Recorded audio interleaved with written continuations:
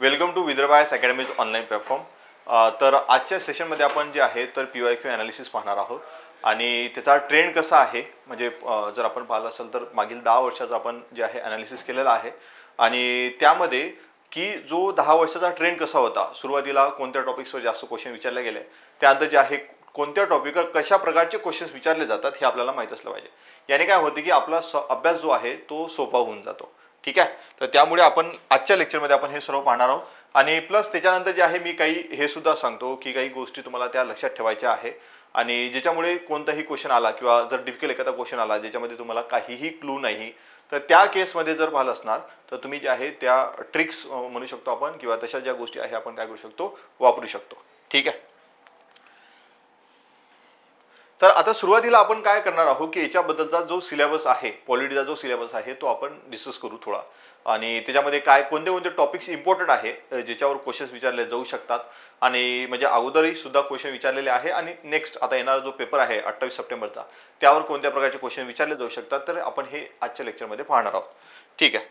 तर आता याच्यामध्ये जर पाहिलं तर आता हा जो पॉइंट आहे, ठीक आहे, तर राज्यघटना निर्मिती. आता राज्यघटना निर्मिती जे आहे तर याच्यावर तुम्हाला जर पाहिलं तर क्वेश्चन जो आहे तर क्वेश्चन तो विचारला जाऊ शकतो. ठीक आहे. राज्यघटना निर्मितीवर जे आहे तर क्वेश्चन विचारला जाऊ शकतो. आता हा क्वेश्चन जेव्हा विचारला जाऊ शकतो तर त्यावेळेस जे आहे तर कॉन्स्टिट्यूशन मेकिंग त्यामध्ये इम्पॉर्टंट याच्यामध्ये काय काय विचारला जाऊ शकतो की जर पाहिलं असेल तर महत्त्वाच्या तारखा, ठीक आहे, तर महत्त्वाच्या तारखांवर याच्यावरती क्वेश्चन विचारला जाते. ठीक आहे. म्हणजे इम्पॉर्टंट डेट्स कोणत्या कोणत्या आहे, त्यानंतर म्हणजे आपण कोणत्या तारखेला संविधान स्वीकारलेलं होतं, कोणत्या तारखेला जे आहे उद्दिष्टांचा ठराव नेहरू यांनी मांडलेला होता. ठीक आहे. त्यानंतर जर पाहिलं असेल राष्ट्रध्वज कोणत्या दिवशी स्वीकारला, त्यानंतर आपण संविधान कोणत्या दिवशी स्वीकारलं, तर अशा काही महत्त्वाच्या तारखा असतात ते आपल्याला विचारल्या जाऊ शकते. तर त्यामुळे जर पाहिलं असेल तर राज्यघटना निर्मितीमध्ये हे महत्त्वाचा एक पॉईंट आहे का त्याच्यामध्ये क्वेश्चन्स तुम्हाला विचारले जाऊ शकतात. त्यानंतर जे आहे राज्यघटनेची ठळक वैशिष्ट्ये. आता आपले जे ठळक वैशिष्ट्य काय आहे, जर आपण पाहिलं की आता राज्यशास्त्राबद्दल जे काही आपण पॉईंट्स पाहतो त्यामध्ये जर राज्यघटना जर पाहिली तर राज्यघटनेमध्ये ठळक वैशिष्ट्य काय असू शकतात, तर ठळक वैशिष्ट्य हे असू शकतात की तुमचं संविधान कसं आहे, संविधान लिखित आहे किंवा अलिखित आहे. त्यात जर पाहिलं तुमच्या राज्यघटना जी आहे तर राष्ट्रपती शासन किंवा आपण म्हणू शकतो की संसदीय शासन प्रणाली जी आहे ती कोणती ॲक्सेप्ट करते. त्यानंतर जे आहे संघराज्यवाद, तर ते संघराज्यवाद जो आहे आपल्या भारतामधला हा संघराज्यवाद थोडासा वेगळा आहे. म्हणजे जर संघराज्यवादाबद्दलचं बेस्ट एक्झाम्पल जर पाहिलं ते आपलं अमेरिका आहे. आता अमेरिका आहे आणि त्याच्यानंतर जर पाहिलं असेल तर ऑस्ट्रेलिया आहे. पण भारतामध्ये जे संघराज्यवाद आहे तर तो संघराज्यवाद हा वेगळा आहे. मग तो कसा वेगळा आहे, काय त्याचे संघराज्यवादाचे वैशिष्ट्य असतात हे आपल्याला माहीत असणं गरजेचं आहे. तर याच्यामध्ये राज्यघटनेचे ठळक वैशिष्ट्य हे तुम्हाला माहीत असणं गरजेचं आहे. त्याच्यावर क्वेश्चन्स आलेले आहेत. त्यानंतर आहे भारतीय राज्यघटनेचे उद्देशिका म्हणजे तुमचं प्रियांबल किंवा तुमचा सरनामा. तर हा जो सरनामा आहे याच्यामध्ये लोकांच्या आकांक्षा किंवा अपेक्षा दिलेल्या आहे. ठीक आहे. तर त्यामुळे जर पाहिलं तर त्या म्हणजे ते कोणत्या कोणत्या का आपल्याला तुम्हाला न्याय मिळाला पाहिजे, तो न्याय कोणता मिळाला पाहिजे, सामाजिक मिळाला पाहिजे, आर्थिक मिळाला पाहिजे, त्यानंतर राजकीय न्याय मिळाला पाहिजे. ठीक आहे. तर समान संधी सुद्धा मिळाली पाहिजे. तर ह्या सर्व गोष्टी जर पाहिलं त्या उद्देशिकामध्ये मेन्शन केलेल्या आहे किंवा त्या सरनाम्यामध्ये मेन्शन केलेलं आहे. तर त्या सरनाम्यामध्ये जेव्हा मेन्शन केलेलं आहे त्यावेळेस तुम्ही पहा असं होते की नॉर्मली जे त्याच्यामध्ये जे वर्ड्स दिलेले आहे किंवा जे शब्द दिलेले आहे त्याचा एक एक लाईन मध्ये तरी आपल्याला तो मिनिंग माहीत असला पाहिजे. त्याने काय होतो की त्याच्यावर जर क्वेश्चन आला तर त्याचा मिनिंग काय आहे आणि त्या मिनिंगवरून तुम्ही तो क्वेश्चन जो आहे तो सॉल्व्ह करू शकता. जसं धर्मनिरपेक्ष राज्य, तर धर्मनिरपेक्ष राज्य म्हणजे काय, तर अगोदर तुम्हाला धर्मनिरपेक्ष राज्य किंवा धर्मनिरपेक्ष या शब्दाचा मिनिंग माहीत असला पाहिजे. तर त्यानंतर लोकशाही म्हणजे काय हे माहीत असलं पाहिजे. समाजवाद म्हणजे काय हे माहीत असलं पाहिजे. ह्या सर्व गोष्टी म्हणजे एक एक बेसिक जर पाहिलं हे तुम्हाला माहीत असलं पाहिजे. त्यानंतर आहे राज्याचा संघ आणि त्याचे राज्यक्षेत्र. आता याच्यावर जे आहे याच्यावर प्रश्न जो विचारला जातो तर तो अशा प्रकारचा प्रश्न विचारला जात असतो की कोणते कोणते राज्य सुरुवातीला बनलेले आहे, कोणते कोणते राज्य नंतर बनलेले आहे. तर त्यामुळे जर पाहिलं असणार तर हे अशा प्रकारचा याच्यामधून क्वेश्चन विचारला जातो. म्हणजेच काय आहे आपण याच्यामध्ये अजून एक प्रश्न विचारला जाऊ शकतो की जे आहे राज्य पुनर्रचना करण्यात आलेली आहे आपल्या भारतामध्ये. तर राज्य पुनर्रचना जेव्हा भारतामध्ये करण्यात आली तर ते कशा प्रकारे करण्यात आली, सुरुवातीला कोणती समिती होती, त्यानंतर कोणती समिती आली, त्यानंतर त्यासाठी कोणता कायदा होता का, मग कायद्याच्या अगोदर कोणतं राज्य स्थापन करण्यात आलेलं होतं का, त्यानंतर जे आहे कायदा स्थापन झाल्यानंतर अजून किती राज्य बनले आणि सध्याला किती राज्य आहेत, त्यानंतर केंद्रशासित प्रदेश किती आहेत. तर हे सर्व गोष्टी तुम्हाला माहीत असणं गरजेचं आहे. ठीक आहे. त्यानंतर आहे नागरिकत्व. आता नागरिकत्वाबद्दल जर पाहिलं ना तर नागरिकत्वाबद्दल एक तुम्हाला कायदा माहीत असला पाहिजे, तो म्हणजे भारतीय नागरिकत्व कायदा 1955चा. आता भारतीय नागरिकत्व कायदा 1955 आहे, त्याच्यामध्ये 5 मार्ग सांगितलेले आहे तुम्हाला नागरिकत्व कसं मिळू शकते आणि त्यानंतर 3 मार्ग सांगितलेले आहेत तुमचं नागरिकत्व कसं जाऊ शकते आणि याच्यावरच क्वेश्चन्स तुम्हाला विचारले जातात. ठीक आहे. आता असं आहे की हे जे 2 टॉपिक जे आहेत आता हे छोटे टॉपिक्स आहेत. ठीक आहे. तर या छोट्या टॉपिक्सला तुम्ही जर थोडा वेळ दिला तर कधी कधी जर पाहिलं असं तर याच्यावर क्वेश्चन्स जसे आलेले आता आपण पाहणारच आहोत, तर त्या क्वेश्चन जे आहे ना ते काय होता की लवकर सॉल्व्ह होऊन जातात. म्हणजे आता याच्यामध्ये आपण पहा, अभ्यास करत असताना एक सर्वात महत्त्वाचा जो पॉईंट आहे किंवा तो पॉईंट लक्षात ठेवण्यासारखा आहे का इनपुट आउटपुट रेशो किती आहे. म्हणजे एखाद्याला समजा आता या जो आहे राज्याचा संघ आणि त्याचे राज्यक्षेत्र किंवा नागरिकत्व, आता नागरिकत्वामध्ये जर पाहिलं ना तर ते ज्या तारखा विचारल्या जातात म्हणजे अनुच्छेद 5, 6, 7, 8 त्याच्यामध्ये काही तारखा दिलेल्या आहे. ठीक आहे. म्हणजे संविधानामध्ये काय केलेलं आहे, संविधानामध्ये फक्त एवढं सांगितलेलं आहे का 26 जानेवारी 1950 रोजी कोण नागरिक बनू शकते, एवढं फक्त याच्यामध्ये सांगितलेलं आहे संविधानामध्ये. मग 1950 नंतर तुम्हाला जर नागरिक बनायचं असेल तर त्यासाठी जे आहे संविधानाने काय केलं, तो अधिकार दिलेला आहे संसदेला.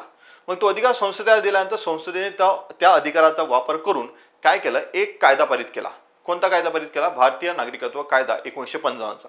आणि त्याच्यामध्ये जर पाहिलं असणार तर त्यामध्ये वेळोवेळी त्याच्यामध्ये काय करण्यात आल्या, घटना दुरुस्ती करण्यात आल्या. तर त्यानंतर दुरुस्ती करण्यात आल्यानंतर सर्वात रिसेंटची जी दुरुस्ती झाली होती ही झाली होती 2019ची. आता हे 2019ची जेव्हा झाल्यानंतर ही लागू झालेली आहे 2024 पासून. त्यामुळे हा टॉपिक आपल्याला महत्त्वाचा आहे. ठीक आहे. तर कोणत्या कोणत्या कम्युनिटीला म्हणजे त्याच्यामध्ये काही जे आहे किंवा काही समुदाय आहेत, तर 6 समुदाय आहेत, त्या 6 समुदायांना काही त्याच्यामध्ये सवलती दिलेल्या आहेत. तर त्या सवलतीच्या दिलेल्या आहे तर कोणत्या देशासाठी दिलेल्या आहे हे माहीत असलं पाहिजे. त्यानंतर तो टाइम पिरियड किती कमी करण्यात आलेला आहे हे माहीत असलं पाहिजे. पण एवढं जो आहे तुमचं करंट अफेअरमध्ये तुम्ही तर करणारच, तर करंट अफेअर प्लस स्टॅटिक हे माहीत असणं गरजेचं आहे. तर 1955चा कायदा हा चांगल्या प्रकारे करून जायचा. याच्यासाठी जास्त वेळ लागत नाही या दोन्ही टॉपिकसाठी, पण याच्यावर अल्टरनेट इयरला क्वेश्चन विचारले जातात. त्यानंतर आहे मूलभूत हक्क, राज्य धोरणाची मार्गदर्शक तत्वे आणि मूलभूत कर्तव्य. आता याच्यामध्ये हे जे तिन्ही टॉपिक जे आहे हे तिन्ही टॉपिक तुम्ही सोबत शिकले पाहिजे. आता जर पाहिलं ना तर याच्यावर दरवर्षी एखादा क्वेश्चन येतो या तिन्ही मिळून, नाही तर मग कोणत्या कोणत्या वर्षी 3 क्वेश्चन येऊन जातात. म्हणजे याच्यामध्ये काय आहे का याच्यामध्ये आता मूलभूत हक्क शिकण्यासाठी तुम्हाला जास्त वेळ द्यावा लागतो. याच्यामध्ये इनपुट आउटपुट रेशो जर पाहिला असणार तर तो कमी आहे ॲज कम्पेअर टू अदर. आता राज्य धोरणाची मार्गदर्शक तत्वे किंवा मूलभूत कर्तव्य, आता मूलभूत कर्तव्य तुमची 11 आहेत आणि त्याच्याबद्दल जर पाहिलं असणार तर ते केव्हा कोणत्या आता याच्यावरती कोणत्या प्रकारचा क्वेश्चन विचारला जाऊ शकतो. पहिले तर मूलभूत कर्तव्य कोणाच्या शिफारसीवरून किंवा कोणत्या समितीच्या शिफारसीवरून संविधानामध्ये समाविष्ट करण्यात आले, त्यासाठी कोणती घटना दुरुस्ती करण्यात आली, त्यानंतर जे आहे ते कोणाकोणाला लागू होतात, त्यानंतर जे आहे रिसेंट म्हणजे आता म्हणजे जस्ट रिसेंटली तर कोणती एक नवीन घटना दुरुस्ती नवीन कोणते मूलभूत कर्तव्य त्याच्यामध्ये ऍड केलेलं आहे हे तुम्हाला माहित असलं पाहिजे. आणि त्याच्यानंतर त्याच्या काही ट्रिक्स आहेत. तर ट्रिक्स म्हणजे जर पाहिलं असणार तर ए कशाबद्दल आहे, बी कशाबद्दल आहे, सी कशाबद्दल, डी तर शेवटपर्यंत जर वाचलं तर के पर्यंत आहे, तर के कशाबद्दल आहे. तर अशा प्रकारचे तुम्हाला मूलभूत कर्तव्य करणं गरजेचं आहे. याच्यासाठी तुम्ही हा जो टॉपिक आहे ना हा टॉपिक तुम्ही 15 मिनिटमध्ये काय करू शकता, प्रिपेअर करू शकता. आणि याच्यासाठी तुम्हाला जर पाहिलं तर जास्त वेळ लागतो, कारण की याच्यामध्ये जास्त वेळ लागतो. याच्यामध्ये सुद्धा काही असे जर तुम्हाला फक्त जर माहित असलं ना अनुच्छेद 14 कशाबद्दल आहे, अनुच्छेद 15 कशाबद्दल आहे, अनुच्छेद 16 कशाबद्दल आहे हे जर माहित असलं तरी ते सफिशियंट आहे जर इनकेस तुमचा अभ्यास झाला नसेल तर. दुसरं याच्यामधून काय विचारलं जाते तर याच्यामधून अजून जर विचारलं जात असते का नागरिकांसाठी, भारतीय नागरिकांसाठी कोणते आहेत, त्यानंतर जे परदेशी नागरिक असतात त्यांच्यासाठी कोणते आहे, तर अशा प्रकारचे तुम्हाला प्रश्न विचारले जातात. त्यानंतर हा टॉपिक आहे घटना दुरुस्ती. आता घटना दुरुस्ती जर पाहिला ना तर घटना दुरुस्ती हा टॉपिक जो आहे याच्याबद्दल घटना दुरुस्तीची प्रक्रिया कशा प्रकारची असते प्रक्रियेवर प्रश्न विचारला जातो. त्यानंतर जो आहे तर त्याच्यामधूनच पाहिलं असतं तर घटना दुरुस्तीमधूनच एक कॉन्सेप्ट किंवा एक सिद्धांत जो आहे तो सर्वोच्च न्यायालयाने सांगितलेला आहे, तो म्हणजे मूलभूत चौकट किंवा मूलभूत संरचना किंवा मूलभूत चौकटीचा सिद्धांत. म्हणजे बेसिक स्ट्रक्चर. तर हे जे आहे तर हे तुम्हाला माहीत असलं पाहिजे. तर आता बेसिक स्ट्रक्चरची व्याख्या केलेली आहे का, बेसिक स्ट्रक्चर किंवा मूलभूत चौकट जी आहे हे संविधानामध्ये नमूद केलेली आहे का, ह्या काही बेसिक गोष्टी तुम्हाला माहीत असणं गरजेचं आहे. त्यानंतर आहे जर नेक्स्ट जर पाहिलं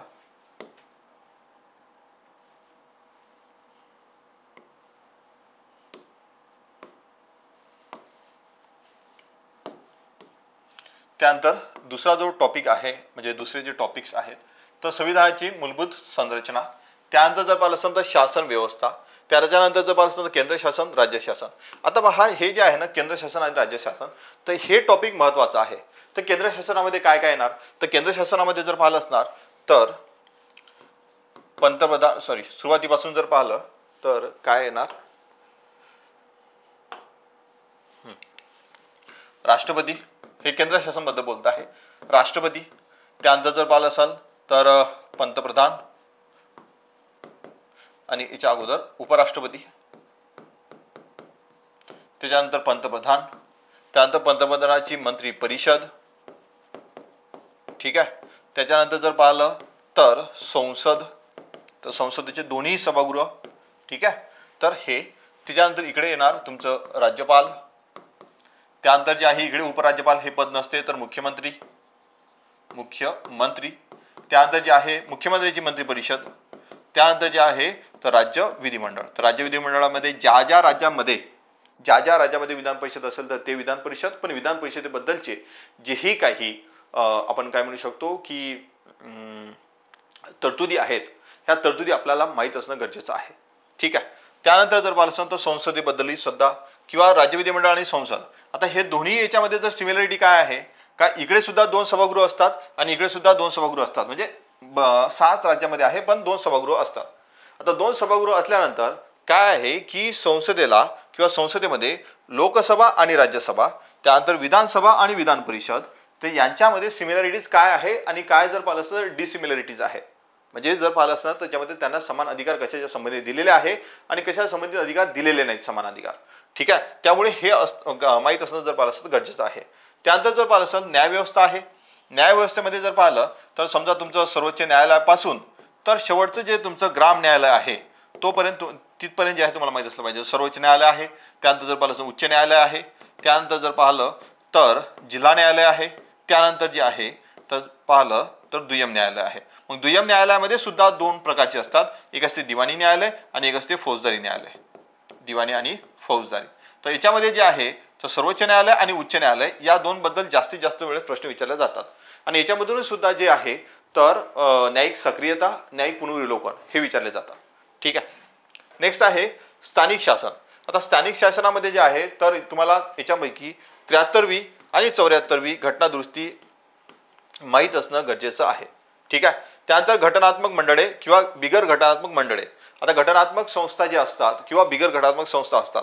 आता हे जर पाहिलं ना तर याचं काय आहे का हे सुद्धा लवकरात लवकर संपणारा एक टॉपिक आहे आणि याच्यावर क्वेश्चन्स विचारतातच. आता आपण पाहू तर त्यावेळेस तुम्हाला माहिती पडते.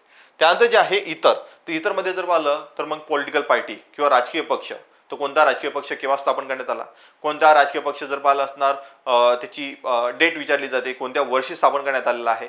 कधी कधी जर पाहिलं त्याची क्रोनॉलॉजिकल ऑर्डर विचारल्या जाते, सुरुवातीला कोणता. आता हे जे आहे जास्तीत जास्त कशाबद्दल विचारल्या जाते जे राष्ट्रीय पक्ष आहेत ते. आता पहा आता काय झालेलं आहे का रिसेंटली त्याच्यामध्ये राष्ट्रीय पक्षाच्या दर्जामध्ये चेंज करण्यात आलेला आहे. म्हणजेच काय का जे अगोदर TMC आणि त्याच्यानंतर पाहिलं असणार ती NCP म्हणजे राष्ट्रवादी काँग्रेस पार्टी आणि तृणमूल काँग्रेस, ह्या 2 ज्या पार्ट्या आहेत तर या 2 पार्ट्याचा राष्ट्रीय पक्षाचा दर्जा काढून टाकण्यात आला आणि त्यानंतर नवीन 2 पार्ट्या यांना देण्यात आलेला आहे. तर नवीन 2 पक्ष कोणते आहे तर एक आहे आम आदमी पार्टी आणि त्यानंतर पाहिलं नॅशनल कॉन्फरन्स, ठीक आहे.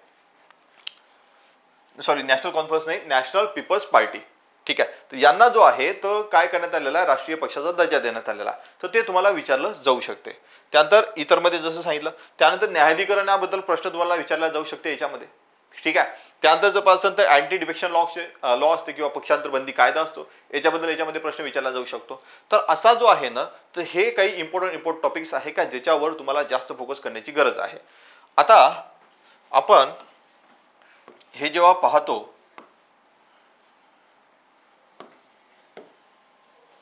तर आता याच्यामध्ये जर पाहिलं असतं ना तर काय आहे का एक विदर्भ आयएस अकॅडमीकडून एक समर्पण इनिशिएटिव्ह लॉन्च करण्यात आलेला आहे. Target 28 September.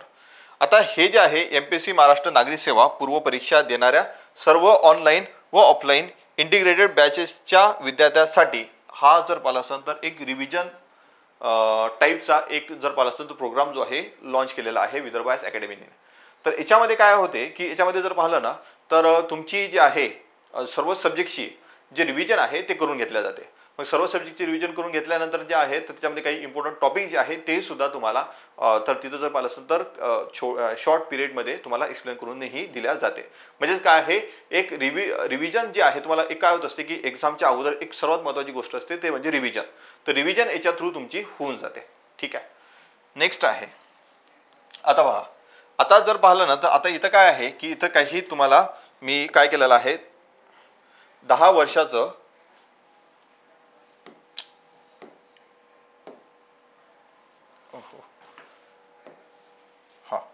इथं 10 वर्षाचं जे आहे आपण काय केलेलं आहे ॲनालिसिस केलेलं आहे. आता 10 वर्षाचं जेव्हा ॲनालिसिस केलेलं आहे यामध्ये काय आहे की वर्ष 2014 पासून ते 2024 पर्यंत म्हणजे 10 वर्ष टोटल. आता याच्यामध्ये काही टॉपिक्स दिलेले आहे जसं घटनात्मक संरचना आणि किंवा शासन पद्धत, त्यानंतर संघ आणि त्याचे राज्यक्षेत्र, त्यानंतर नागरिकत्व, मूलभूत हक्क, मार्गदर्शक तत्वे आणि मूलभूत कर्तव्ये याच्याबद्दल प्रश्न कशा प्रकारचे विचारले गेले आहे तर ते आपण पाहणार आहोत. आता याच्यामध्ये जर पाहिलं 2014 मध्ये काय झालेलं होतं की याच्यावर कोणत्याही प्रकारचा क्वेश्चन आला नाही. त्यानंतर जो प्रश्न आलेला आहे तो कशावर आला आहे संघ व त्याचे राज्यक्षेत्र म्हणजेच राज्य पुनर्रचनेवर क्वेश्चन आलेला आहे. आता राज्य पुनर्रचनेवर क्वेश्चन जो आलेला आहे तो कोणत्या राज्यांबद्दल विचारलेला आहे तर नागालँड, आंध्र प्रदेश, हरियाणा आणि महाराष्ट्र. ठीक आहे. आता याच्यामध्ये जे आहे ना ते याला तुम्हाला याची क्रोनॉलॉजी लावण्यासाठी विचारलेला आहे. आता क्रोनॉलॉजी लावण्यासाठी विचारलेला आहे जर पाहिलं तर आंध्र प्रदेश जे आहे हा सर्वात अगोदर बनलेला राज्य आहे एक हे माहीत असलं. त्यानंतर महाराष्ट्र जे आहे हे 1960 मध्ये बनलेलं आहे. नागालँड जे आहे हे बनलेलं आहे तुमचं 1963 मध्ये आणि त्याच्यानंतर हरियाणा जर पाहिलं असतं तर 1966 मध्ये. आता अशा प्रकारचे जे क्वेश्चन्स येत असतात तर कोणते राज्य केव्हा बनलेले आहे हे तुम्हाला माहित असणं गरजेचं आहे. कोणत्या वर्षी काय झालेलं आहे समजा 2000 आहे तर त्यावेळेस जर पाहिलं असेल तर एकाच वेळेस 3 नवीन राज्य जे आहे बनलेले होते. ठीक आहे. 1987 मध्ये सुद्धा 3 नवीन राज्य बनलेली होती. अशी ज्यावेळेस 3 नवीन राज्य बनलेली आहे ना तर त्याच्यामध्ये सुद्धा नंबर दिलेले आहे. तो कोणतं राज्य अगोदर बनलेलं आहे आणि कोणतं राज्य नंतर बनलेलं आहे. दुसरं कोणत्या राज्यामधून त्या राज्याची निर्मिती झालेली आहे हे सुद्धा माहित असणं गरजेचं आहे. ठीक आहे. आता समजा हरियाणा जे आहे आता हरियाणा हा जर पाहिला असेल तर पंजाब मधून बनलेला आहे. नागालँड जे आहे हे बनलेलं आहे तुमचं आसाम मधून. ठीक आहे.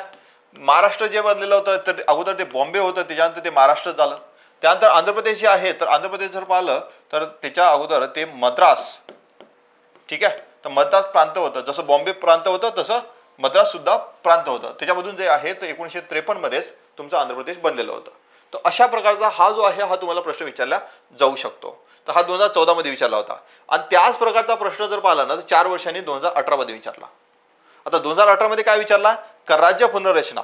तर राज्य पुनर्रचना कोणत्या याच्याबद्दल विचारलेला आहे मिझोराम, त्यानंतर नागालँड, त्यानंतर मेघालय आणि त्यानंतर महाराष्ट्र. आता याच्यामध्ये महाराष्ट्र आणि नागालँड हे कॉमन आहेत. ठीक आहे. इथं सुद्धा आहे इथं सुद्धा आहे. त्यानंतर जर पाहिलं असणार तर हे जे आहे 4 वर्षांनी असा प्रकारचा प्रश्न विचारला गेलेला आहे. ठीक. आता याच्याच बाबतीत अजून जर पाहिलं असं आता जेव्हा आपण टॉपिक वाईज घेऊ तर आता टॉपिक वाईज जर पाहिलं तर संघ व त्याचे राज्यक्षेत्र. आता याच्यामध्ये विचारलेलं आहे दिल्ली संबंधित अनुच्छेद कोणता आहे.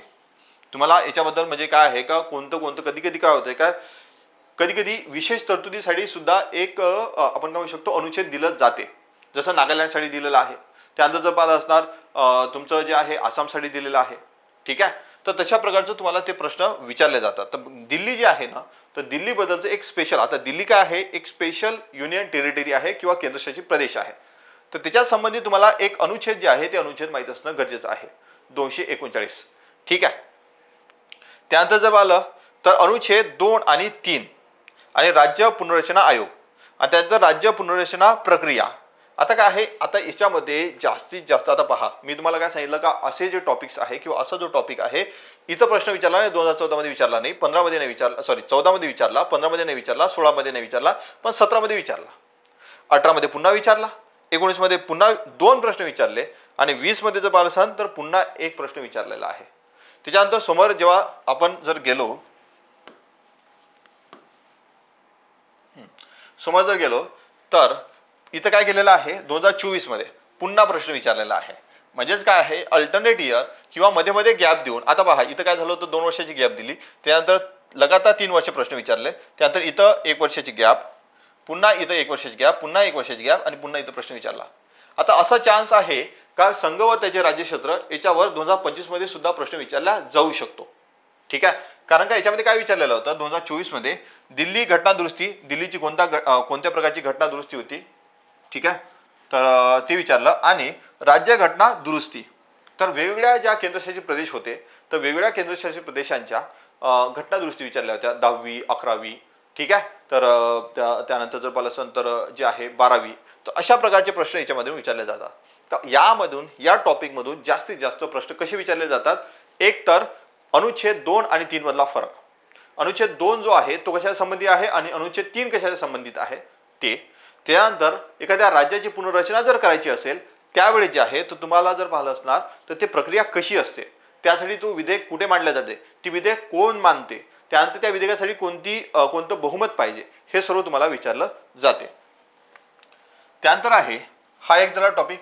त्यानंतर पहिला जो टॉपिक आहे तर याच्यामध्ये जर पाहिलं तर 2014 मध्ये प्रश्न विचारला नाही, पण 2015 मध्ये विचारला. तर काय विचारलं, एकतर विचारलेलं आहे संविधान. ठीक आहे, तर संविधान सभेबद्दल जो आहे तो प्रश्न विचारलेला आहे. त्यानंतर जे आहे संविधानाबद्दल विचारलेलं आहे. म्हणजेच काय आहे, संविधान जे असते तर संविधान कशा प्रकारचं असते. ठीक आहे, त्यात जर पाहिलं असेल तर संविधानामध्ये 2 प्रकार असतात, लिखित आणि अलिखित संविधान. लिखित संविधान म्हणजे काय, अलिखित संविधान म्हणजे काय, तर अशा प्रकारचे प्रश्न तुम्हाला विचारले जाऊ शकतात. त्यानंतर कोणत्या देशामध्ये लिखित संविधान आहे आणि कोणत्या देशामध्ये अलिखित संविधान आहे. त्यानंतर संविधान ज्या देशामध्ये लिखित संविधान आहे तिथली घटना दुरुस्ती हे लवचिक आहे या ताठर आहे. ठीक आहे, त्यानंतर ज्या देशामध्ये अलिखित संविधान आहे तिथं संसद सर्वोच्च आहे या संविधान सर्वोच्च आहे या सर्वोच्च न्यायालय सर्वोच्च आहे. तर अशा प्रकारचे प्रश्न याच्यामधून विचारले जाऊ शकतात.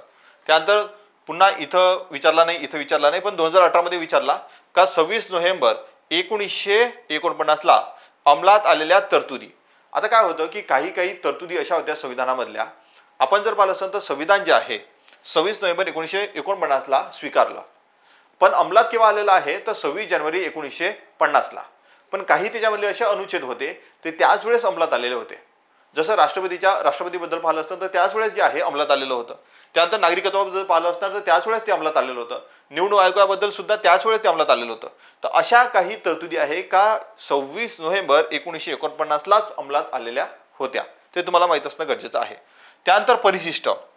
आता पहा, हे जे दुसरं परिशिष्ट आहे, पहिलं परिशिष्ट आहे, त्याच्यानंतर तिसरं परिशिष्ट आहे, हे कशाच्या संबंधी आहे. आता परिशिष्टामधून जो क्वेश्चन कसा विचारला जातो की पहिल्या परिशिष्टामध्ये काय नमूद केलेलं आहे, दुसऱ्या परिशिष्टामध्ये काय नमूद केलेलं आहे, तिसऱ्या परिशिष्टामध्ये काय नमूद केलेलं आहे, तर हे प्रश्न विचारतात. त्यानंतर जर पाहिलं तर दुसऱ्या परिशिष्टामध्ये किंवा आपण जर पाहिलं जे आहे आपण त्याला काय म्हणू शकतो की चौथ्या परिशिष्टामध्ये.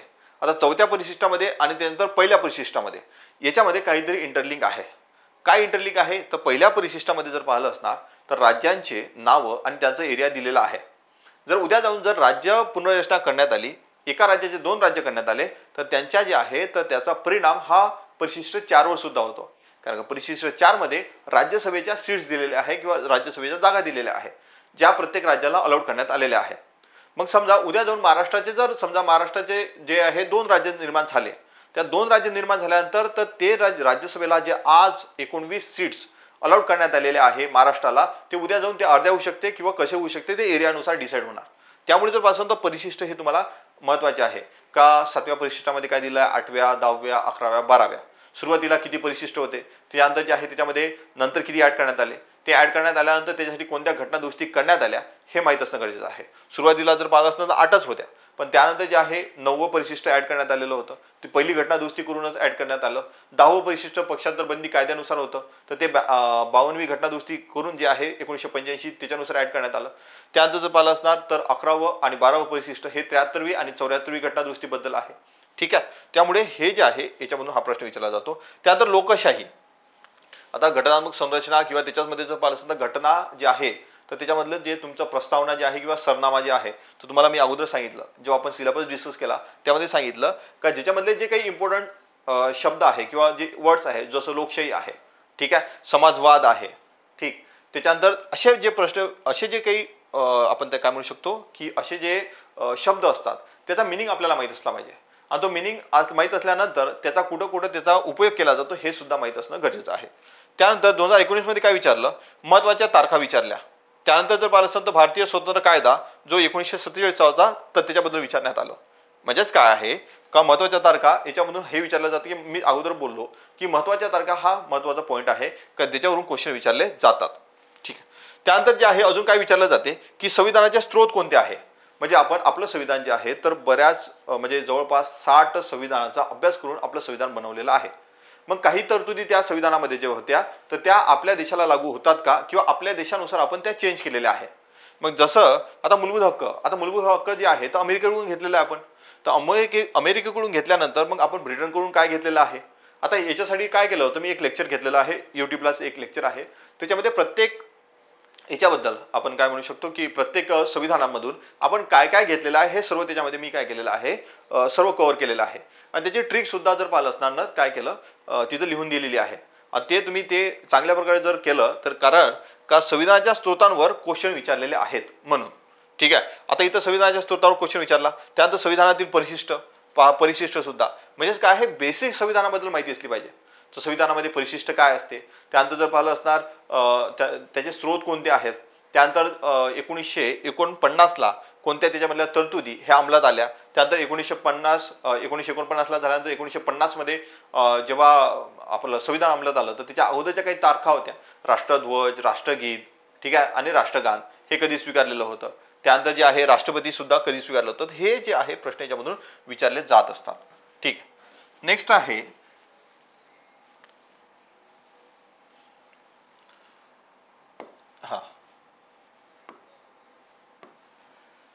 उद्दिष्टांचा ठराव कोणी मांडला. आता हा उद्दिष्टांचा ठराव कोणी मांडलेला होता हा प्रश्न विचारलेला होता एकदा.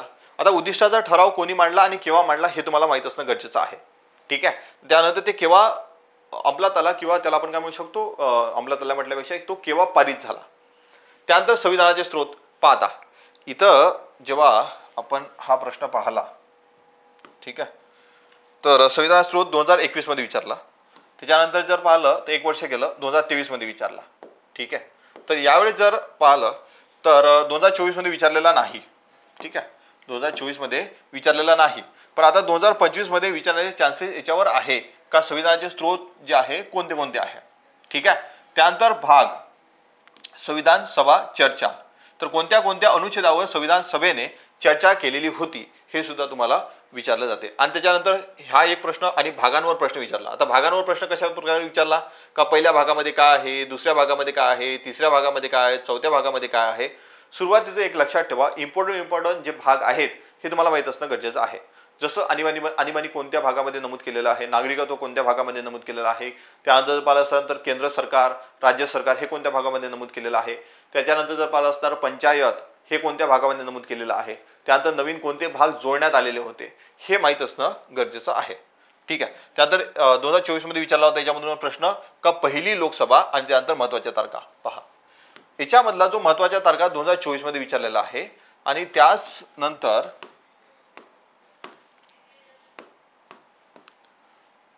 महत्त्वाच्या तारखा कधी विचारलेल्या आहेत तर 2019 म्हणजे 1, 2, 3, 4 आणि 5व्या वर्षी विचारलेला प्रश्न आहे. अशी पॉसिबिलिटी आता पहा याच्यामध्ये जर पाहिलं तर उद्दिष्टाचा ठराव झाला इकडे. हा आता महत्त्वाच्या तारखा जो होता तो महत्त्वाच्या तारखावर प्रश्न विचारला गेलेला आहे. त्यानंतर संविधान सभेवर सुद्धा प्रश्न विचारला गेलेला आहे. ठीक आहे. हा उद्दिष्टाचा ठराव जो आहे त्याचा प्रश्न विचारला गेलेला कोणी मांडला हा सिंपल क्वेश्चन होता. उद्दिष्टाच्या ठरावावर जो आहे ना तो तुम्हाला प्रश्न विचारला जाऊ शकतो. मग प्रश्न विचारला जाऊ शकतो उद्दिष्टाचा ठराव तो कशा प्रकारचा प्रश्न विचारला जाऊ शकतो की उद्दिष्टाचा ठराव कोणत्या तारखेला मांडला आणि त्याच्यानंतर तो कधी पारित करण्यात आला. ठीक आहे. आणि त्याच्यानंतर जे आहे त्याच्या संबंधी एक प्रश्न विचारला जाऊ शकतो की तो सरनामा म्हणजेच काय की उद्दिष्टाचा ठराव जो आहे ना हा सरनाम्याचा एक आपण म्हणू शकतो का बेस होता. त्यामुळे जर पाहिलं असणार तर तोही त्याही प्रकारचा त्याच्यामधून प्रश्न विचारला जाऊ शकतो. ठीक आहे. हा झाला एक टॉपिक. त्याच्यानंतर दुसरा टॉपिक आहे नागरिकत्व. आता पहा, नागरिकत्वामध्ये जर बघितलं तर नागरिकत्व कायदा 1955चा. आता नागरिकत्व कायदा 1955चा याच्यामध्ये काय विचारलं, मी सांगितलं की नागरिकत्व कायद्यामध्ये कोणत्या याच्यावर प्रश्न विचारला जाऊ शकतो. तर नागरिकत्व कायदा 1955चा, नागरिकत्व संपादनाचे 5 मार्ग. तर जन्माने, वंशाने, ठीक आहे, नैसर्गिकरित्या, त्यानंतर जर पाहिलं असणार तर नोंदणीद्वारे, आणि त्याच्यानंतर एखादं जे आहे परकीय भूभाग समाविष्ट करून. असे 5 मार्ग आहेत. तर याच्यामध्ये जे आहे 5 मार्गावर प्रश्न केव्हा विचारला, 2014 मध्ये. ठीक आहे, 5 मार्गावर प्रश्न विचारलेला आहे 2014 मध्ये. आणि संपुष्टात येणे जर पाहिलं असतं 2023 मध्ये. 2014 आणि 2023 म्हणजे 9 वर्षांनी विचारला. आता जो आहे तर नागरिकत्व कायद्याचे 1955चे वैशिष्ट्य विचारले होते 2024 मध्ये. ठीक आहे, तर याच्यामधून जो आहे आता प्रश्न काय बनायचा राहिलेला आहे, तर याच्यामधून हा प्रश्न विचारला जाऊ शकतो का जे रिसेंटचं अमेंडमेंट करण्यात आलेलं आहे, ते रिसेंटचं अमेंडमेंट करण्यात आले त्याच्या कॉन्टेक्स्टमध्ये तुम्हाला प्रश्न विचारला जाऊ शकतो. ठीक आहे, काय होते की तो कॉन्टेक्स्ट काय आहे. तर कॉन्टेक्स्ट जर पाहिला असणार तर तो काय आहे की किती देश आहेत, 3 देश आहेत, ABP म्हणजेच अफगाणिस्तान, बांगलादेश आणि पाकिस्तान. त्यानंतर किती कम्युनिटी आहे, 6 कम्युनिटी आहेत. त्याच्यामध्ये जर पाहिलं असतं जैन आहे, बुद्धिस्ट म्हणजे बौद्ध आहे, त्यानंतर हिंदू आहे, त्याच्यानंतर पारसी आहे, त्यानंतर जर पाहिलं असतं ख्रिश्चन आहे, त्यानंतर जर पाहिलं असणार तर शीख आहेत. तर एवढे लोक आहेत की ह्या कम्युनिटी आहेत. तर याच्यामधून जो प्रश्न विचारला जाऊ शकतो का एकतर कम्युनिटी किंवा देश, आणि त्याच्यानंतर त्याची तारीख विचारला जाऊ शकते. जी कट ऑफ डेट होती ती आहे 31 डिसेंबर 2014. ठीक आहे, तर यांच्यासाठी काही सवलती दिलेल्या आहेत. तर सवलती ज्या दिलेल्या आहेत तर त्या 6 वर्ष करण्यात आल्या. नॉर्मली जर पाहिलं असता ते 12 वर्ष आहे. ठीक आहे, तर म्हणजे काय आहे का 11 वर्ष असतात, तर 11 वर्षाचे ते 5 वर्ष करण्यात आले, प्लस 1 वर्ष असते, म्हणजे हे 12 वर्ष आणि प्लस 1 वर्ष असते, हे इथं जर पाहिलं असतं तर 6 वर्ष हे करण्यात आलेलं आहे. तर याच्यावर तुम्हाला प्रश्न विचारला जाऊ शकतो. याच्यामधून हा अशा प्रकारचा इथून एक प्रश्न बनवू शकतो तुमचा. ठीक आहे, जर याच्यामधून प्रश्न विचारणार म्हणजे त्यांना जर विचारायचा राहिला तर याच्यामधून ते विचारू शकतात अशा प्रकारे. ठीक आहे, नेक्स्ट आहे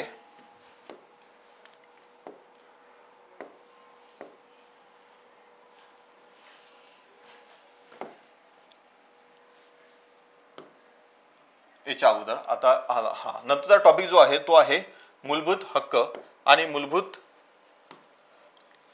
हक्क, मार्गदर्शक तत्वे आणि मूलभूत कर्तव्य. आता अनुच्छेद 22 बद्दल विचारलं, त्यानंतर मार्गदर्शक तत्वांचे वर्गीकरण विचारले. आता एक लक्षात ठेवा, याच्यामधून काय आहे का मार्गदर्शक तत्वे जे आहे त्याचं वर्गीकरण संविधानामध्ये दिलेलं नाही. हे आपण वर्गीकरण केलेलं आहे का ते समाजवादी कोणते तत्वे आहे, गांधीवादी कोणते तत्वे आहे, हे आपण वर्गीकरण केलेलं आहे. संविधानामध्ये अशा कोणत्याही प्रकारचं वर्गीकरण दिलेलं नाही. ठीक आहे, त्याच्यामधून हा प्रश्न विचारला. त्यानंतर जर पाहिलं तर अधिकार कोणते कोणते जे आहे, नागरी अधिकार कोणाला उपलब्ध असतात, नागरी अधिकार कोणाला उपलब्ध नसतात. त्यानंतर मार्गदर्शक तत्वांची घटनादुरुस्ती, तर त्याच्यामध्ये कोणती घटनादुरुस्ती होती मार्गदर्शक तत्वांची, तर त्या म्हणजे वेगवेगळ्या घटनादुरुस्ती मार्गदर्शक तत्वाबद्दल करण्यात आलेल्या आहे. तर त्या ज्या आहेत त्या महत्त्वाच्या घटनादुरुस्ती तुम्हाला लक्षात ठेवायच्या आहे का ज्याच्यामध्ये नवीन मार्गदर्शक तत्वे आपल्या संविधानामध्ये समाविष्ट करण्यात आलेली आहेत. त्यानंतर अनुच्छेद 21, 20 आणि 14 या तिघांनाही मिळून काय केलेलं होतं का एक जे आहे ना, या तिघांनाही मिळून एक काय केलेलं आहे का एक प्रश्न बनवलेला आहे. तर तुम्हाला जसं सांगितलं का मूलभूत हक्क जे आहे ना, मूलभूत हक्क बेसिक तरी तुम्हाला माहित असलं पाहिजे. बेसिक म्हणजेच कसं की 14 कशाबद्दल आहे, 15 कशाबद्दल आहे, 16 कशाबद्दल आहे, 17, 18, 19 म्हणजे जवळपास 30 पर्यंत जे आहे तुम्हाला कशाबद्दल आहे हे माहित असणं गरजेचं आहे. ठीक आहे, त्यामुळे कधी कधी तुम्हाला एखाद्या इंडिव्हिज्युअल जसं अनुच्छेद 22 वर क्वेश्चन विचारलेला आहे, कधी कधी तुम्हाला जे आहे 2-3 मिळून जे आहे तुम्हाला क्वेश्चन विचारला जाऊ शकतो.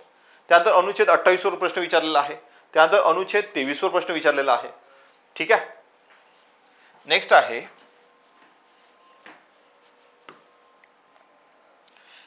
अनुच्छेद 20 वर प्रश्न विचारलेला आहे. मी सांगितलं ना की इंडिव्हिज्युअल एखाद्या आर्टिकलवर तुम्हाला क्वेश्चन विचारला जातो, तर म्हणजे अनुच्छेद 20 वर मार्गदर्शक तत्वांबद्दल टिप्पणी म्हणजे जे आहे तर मार्गदर्शक तत्वांबद्दल कोणी काय टिप्पणी केली होती हे असा प्रकारचाही प्रश्न विचारला जाते.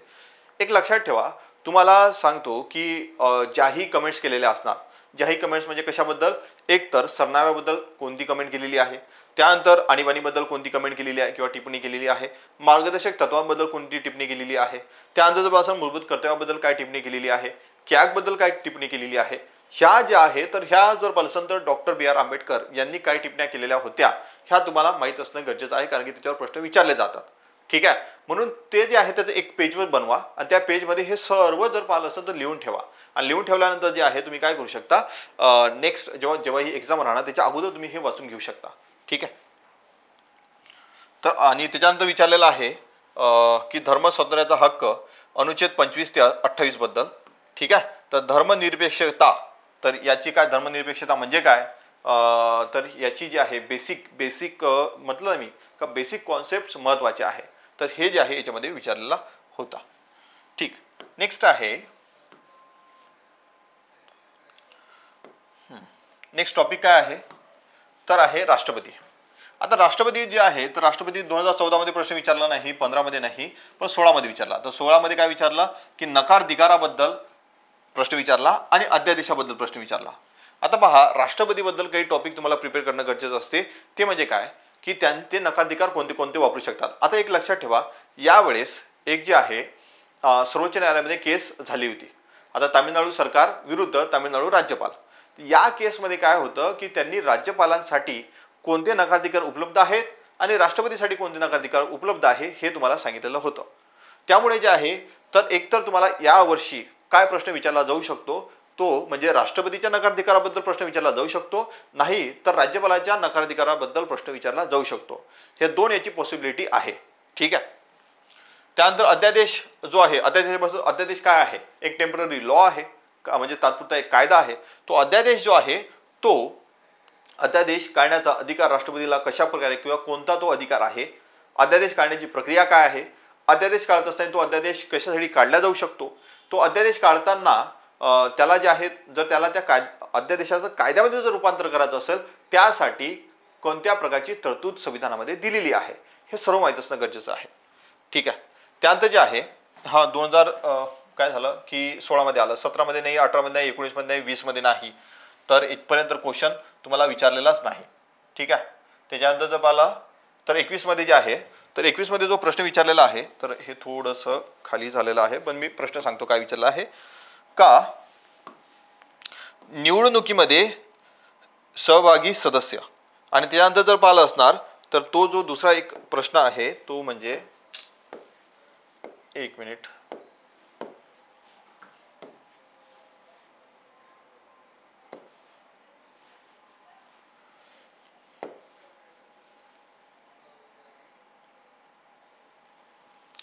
तर पहा हा जो प्रश्न आहे, एक मिनिट, हे थोडं हे झालेलं आहे.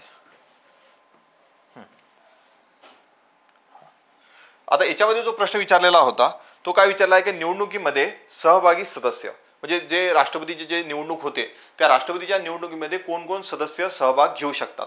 आणि त्यानंतर दुसरा प्रश्न काय विचारला होता की विधेयकाबद्दल अधिकार. तर कोणते, आता काय आहे की विधेयकाबद्दल अधिकार म्हणजे काय, ते नकाराधिकार, कोणते कोणते नकाराधिकार त्यांना उपलब्ध असतात. तर हा नकाराधिकाराबद्दलचा प्रश्न जर आपण पाहिला तो कधी विचारला गेलेला आहे तर 2016 नंतर जो आहे तो 2021 मध्ये विचारला गेला, म्हणजे 5 वर्षांनी विचारला गेला. आणि 2021 मध्ये काय प्रश्न विचारला, एक तर विचारला का निवडणुकीमध्ये कोण कोण सदस्य भाग घेऊ शकतात आणि त्यानंतर जे आहे तर विधेयकाबद्दल त्यांना काय काय अधिकार असतात, अशा प्रकारचा प्रश्न इथं विचारलेला आहे. त्यानंतर नेक्स्ट जर पाहिलं तर 2022 मध्ये, तर 2022 मध्ये काय झालं की सरन्यायाधीशांकडून राष्ट्रपतींना सल्ला दिला जातो. त्यासाठी ते कोणत्या अनुच्छेदानुसार सल्ला घेतात हे तुम्हाला माहीत असणं गरजेचं आहे किंवा माहीत आहे किंवा माहीत असलं पाहिजे. आता हा कधी प्रश्न विचारला आहे 2022 मध्ये.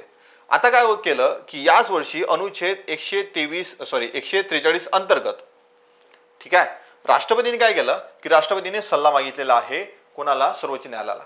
तर त्याच्यामध्ये जे आहे त्यांनी काही पॉईंट्स दिले आणि त्या पॉईंट्समध्ये विचारलं की 14 पॉईंट्स दिलेले आहे, याच्याबद्दल मला सल्ला द्या. कारण का राज्यपालाची जे केस होती तामिळनाडूचे जे राज्यपाल होते तर त्यांच्याबद्दलची जी केस होती त्या केसच्या संबंधित सर्वोच्च न्यायालयाने एक निर्णय दिला. आणि निर्णय दिल्यानंतर जे आहे तर त्यांनी काय केलं की राष्ट्रपतींनी प्रश्न विचारले की याच्याबद्दल काय काय तुम्ही सल्ला देऊ शकता. आता पहा, 2 प्रकारे याच्यामध्ये सल्ला देऊ शकतात ते. एक तर पाहिलं असणार तर आपली घटना जेव्हा किंवा संविधान जे आहे अस्तित्वात येण्यापूर्वी आणि संविधान जे आहे अस्तित्वात आल्यानंतर, पूर्वीसाठी जर पाहिलं असेल तर सर्वोच्च न्यायालयावर हे बंधनकारक आहे की त्यांनी सल्ला दिलाच पाहिजे राष्ट्रपतींना. पण नंतरच्या काळामध्ये जर पाहिलं तर ते सल्ला नाकारू शकतात. पण एक गोष्ट लक्षात ठेवण्यासारखी आहे का दोन्ही केसमध्ये दिलेला सल्ला हा राष्ट्रपतीवर बंधनकारक नसतो. आता हा 2022 मध्ये हा प्रश्न विचारलेला आहे. 2025 मध्ये याच्यावर हा अशा प्रकारचा प्रश्न, कारण का हे टॉपिक न्यूजमध्ये होता त्यामुळे याच्यावर प्रश्न विचारला जाऊ शकतो. त्यानंतर आहे 2024 मध्ये राष्ट्रपतीबद्दल एक अजून प्रश्न विचारला गेला की आकस्मिक निधी जो असतो त्याच्याबद्दलचे अधिकार कोणाकडे असतात. ठीक आहे, तर हा जो आहे हा प्रश्न विचारला गेला आहे. म्हणजे 3 प्रकारचे निधी असतात. तर एक जो आहे हा संसदेच्या ताब्यात असतो, एक जो आहे हा कार्यकारी मंडळाच्या ताब्यात असतो आणि एक जो आहे हा राष्ट्रपतीच्या ताब्यात असतो. मग त्यावेळी जर पाहिलं असेल तर ते कोणाचा अधिकार त्याच्याबद्दल आहे अशा प्रकारचा प्रश्न विचारला आहे.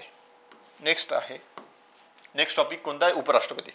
आता उपराष्ट्रपतीबद्दल सुद्धा उपराष्ट्रपती सुद्धा यावर्षी न्यूजमध्ये आहे.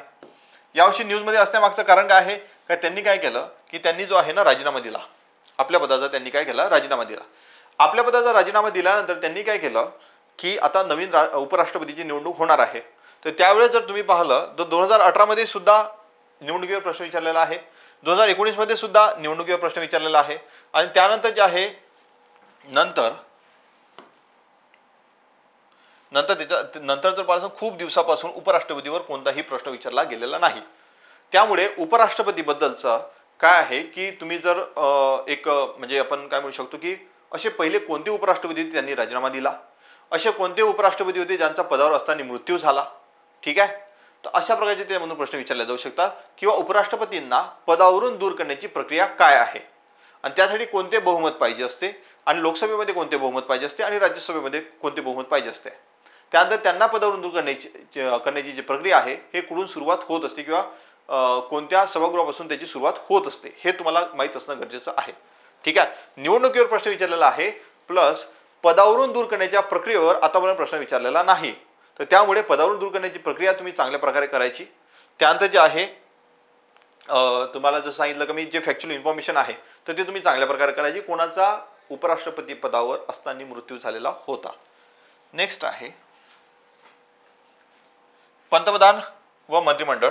तर यांच्यावर जे आहे असा कोणता प्रश्न विचारला नाही आतापर्यंत. संसद, तर संसद आता पहा संसद जे आहे संसदेवर प्रश्न विचारतात. हा महत्त्वाचा टॉपिक आहे की याच्यावर प्रश्न नेहमी विचारत असतात. आता याच्यावर नेहमी प्रश्न जेव्हा विचारले जाते तर कोणत्या प्रकारचे प्रश्न विचारले जातात? तर एक तर विधेयक. आता विधेयक जे आहे ते प्रलंबित कशा प्रकारे असतात, कशा प्रकारे जर पाहिलं तर कोणते विधेयक प्रलंबित राहू शकते, लोकसभेमधून पारित झालेलं आहे या लोकसभेमध्ये त्याला आपण काय म्हणू शकतो का प्रलंबित आहे. ठीक आहे, तर तशी विधेयक जर पाहिलं असणार तर कोणते विधेयक लोप पाहू शकतात हे तुम्हाला प्रश्न विचारले जाऊ शकते. तर तुम्ही जे आहे एक प्रकारचा त्याचा टेबलच तयार करून घ्यायचा. तर टेबल कशा प्रकारे तयार करून घ्यायचा की समजा लोकसभा आहे त्यानंतर राज्यसभा आहे, तर लोकसभेमधून पारित झालं असणार किंवा लोकसभेमधून संमत झालेला आहे पण इकडे प्रलंबित आहे, इकडे प्रलंबित आहे पण इकडे संमत झालेला आहे, दोन्हीकडे संमत झालेला आहे पण संयुक्त बैठक बोलावलेली आहे किंवा दोन्हीकडे संमत झालेला आहे राष्ट्रपतीच्या संमतीसाठी ते गेलेला आहे.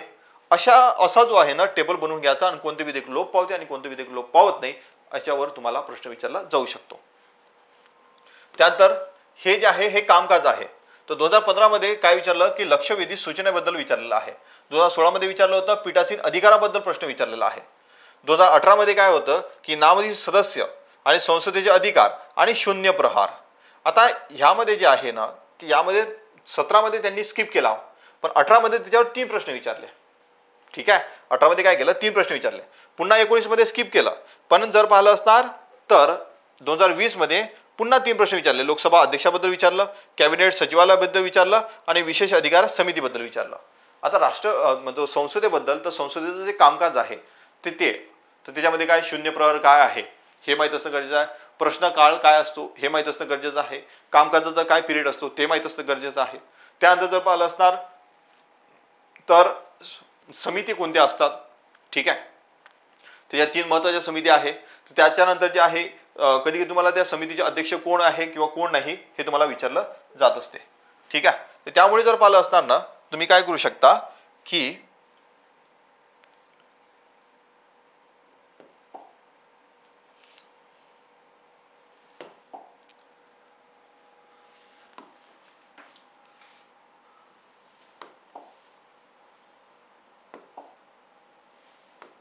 एक मिनिट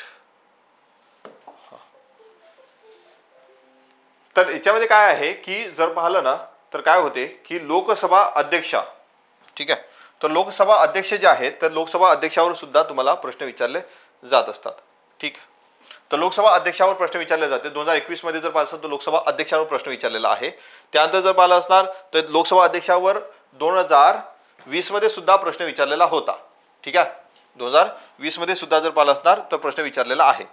ठीक, त्याच्यानंतर आहे का आता पहा इथे सुद्धा पीठासीन अधिकारी एक महत्वाचे म्हणजे 2-3 पॉईंट्स महत्वाचे आहेत संसदेच्या बाबतीत. एक तर असं आहे का पीठासीन अधिकारी म्हणजे त्याच्यामध्ये जर पाहिले असणार तर लोकसभा आणि राज्यसभा या दोन्ही याचे अध्यक्ष आणि सभापती आले. त्यानंतर जे आहे तर त्यांना काय अधिकार असतात. ठीक आहे, तर त्यांना जर काय अधिकार दिलेले आहे तर ते मतदान केव्हा करू शकतात, त्यांना पदावरून दूर करण्याची प्रक्रिया काय आहे. ठीक आहे, तर हे प्रश्न त्याच्यामधून विचारले जातात. त्यानंतर जर पाहिलं नेक्स्ट आहे नेक्स्ट जे आहे तर संसद शून्य प्रहार. आता पहा 2023 मध्ये हा प्रश्न विचारला आणि अशाच प्रकारचा शून्य प्रहाराबद्दल प्रश्न विचारला 2018 मध्ये. म्हणजे 5 वर्षांनी तो क्वेश्चन रिपीट झालेला होता. तर 5 वर्षांनी क्वेश्चन रिपीट होण्याचे चान्सेस काय आहे का लोकसभा अध्यक्ष 2021 मध्ये विचारलेला होता पण इकडे लोकसभा अध्यक्षाबद्दल प्रश्न विचारलेला नाही. त्यानंतर जे आहे लक्षवेधी सूचना तर याच्याबद्दल जर पाहिलं असेल तर प्रश्न तुम्हाला 2015 मध्ये विचारलेला आहे. ठीक आहे, पण इकडे प्रश्न विचारला नाही. तर याच्यामध्ये जर पाहिलं असेल तर PYQ मधून तुम्हाला एकतर माहिती का विधेयक जे कोणते प्रलंबित असतात काय असतात तर त्याच्यामधून हा प्रश्न तुम्हाला याच्यामधून विचारला जाऊ शकतो. ठीक आहे, नाही तर मग हे लक्षवेधी सूचना किंवा इतर ज्या सूचना असतात ठीक आहे तर त्याच्यामधूनही सुद्धा किंवा इतर जे ठराव असतात त्याच्यामधूनही सुद्धा प्रश्न तुम्हाला विचारले जाऊ शकतात. ठीक आहे, ओके. नेक्स्ट आहे आता पहा हा आहे छोटा टॉपिक. पण छोटा टॉपिक जरी असला ना तर याच्यामधून प्रश्न जे आहे नेहमी विचारले गेलेले आहेत. तर नेहमी विचारला गेलेला कोणता टॉपिक आहे तो म्हणजे एक आहे घटना दुरुस्ती आणि मूलभूत संरचना किंवा मूलभूत चौकट. याच्यामध्ये 24वी घटना दुरुस्ती विचारलेली आहे. कशाबद्दल आहे? पक्षांतर बंदी कायदा घटना दुरुस्ती हे कशाबद्दलची आहे तर हे सुद्धा तुम्हाला आता मग त्याच्याबद्दलचा नंबर विचारला होता किती नंबरची हे घटना दुरुस्ती आहे. त्यानंतर जे आहे मूलभूत चौकटीची व्याख्या किंवा मूलभूत संरचनेची व्याख्या म्हणजे बेसिक स्ट्रक्चर म्हणजे काय किंवा याची व्याख्या तुम्हाला विचारलेली आहे. एक लक्षात ठेवा मूलभूत चौकट किंवा बेसिक स्ट्रक्चरची व्याख्या कोणीही केली नाही. ना संविधानाने केली, ना सर्वोच्च न्यायालयाने केली, ना राष्ट्रपतीने केली, ना दुसऱ्या कोणत्या संसदेने केली. कोणीही जर पाहिलं असेल तर मूलभूत संरचनेची व्याख्या केली नाही. सर्वोच्च न्यायालयाने असं म्हटलं होतं की आम्ही डिसाईड करू की मूलभूत संरचना किंवा मूलभूत चौकट म्हणजे होते काय. आमच्याकडे जेव्हाही एखाद्या प्रकारचा जर कायदा आला तर तो कायदा मूलभूत संरचनेचं किंवा मूलभूत चौकटीचं उल्लंघन करतो या नाही करत हे डिसाईड आम्ही करू. ठीक आहे.